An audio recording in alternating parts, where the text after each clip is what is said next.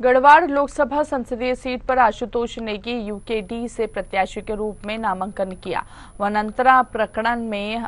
हत्याकांड की शिकार हुई अंकिता भंडारी के परिवार को न्याय दिलाने के लिए संघर्ष कर रहे आशुतोष नेगी महिलाओं के सम्मान की लड़ाई लड़ने के साथ ही मूल निवास और भू कानून जैसे मुद्दों की आवाज संसद तक पहुंचाने के लिए सत्ता के गलियारे में कदम रखने का मन बना चुके हैं, जिसको लेकर गढ़वाड़ लोकसभा सीट पर उत्तराखंड क्रांति दल से प्रत्याशी के रूप में पत्रकार आशुतोष निधि द्वारा अपना नामांकन किया गया। इस मौके पर मृतका अंकिता भंडारी के माता पिता उनके प्रस्ताव के तौर पर मौजूद रहे। इस मौके पर यूकेडी प्रत्याशी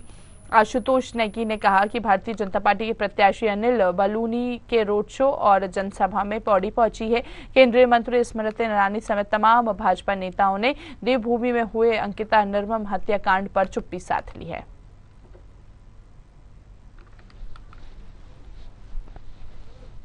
सकता है एक अभिनेत्री जो भारतीय जनता पार्टी की बड़ी प्रिय है, वो उत्तराखंड देवभूमि में आकर उत्तराखंड की बिटिया के लिए एक शब्द नहीं बोली। इससे पता चलता है कि भारतीय जनता पार्टी ये जुमलेबाजों की पार्टी है, राजनीतिक बेईमानों की पार्टी है और उनकी ये बेईमानी साबित हो चुकी है कि उत्तराखंड के मुद्दे पर किसी भी नेता ने एक शब्द नहीं बोला, जबकि उत्तराखंड का जनमानस यहाँ की परिसंपत्तियों के लिए लड़ रहा है, मूल निवास भू कानून के लिए लड़ रहा है और अंकिता बिटिया को न्याय मिले इसके लिए तो पूरे 95 ब्लॉकों के अंदर एक आम जनमानस ये कह रहा है कि जिस पार्टी की विधायक ने सबूत बिठाए उसके ऊपर कार्रवाई होनी चाहिए। लोकसभा सीट पर है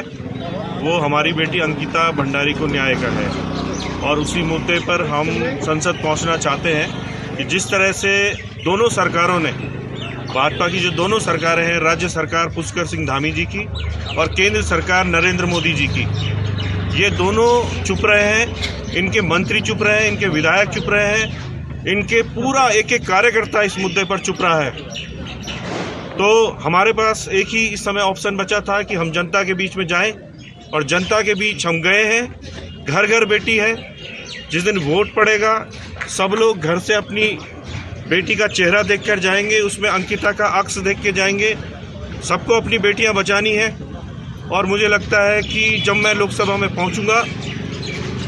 अंकिता बेटी को तो मैं न्याय दिलवाऊंगा।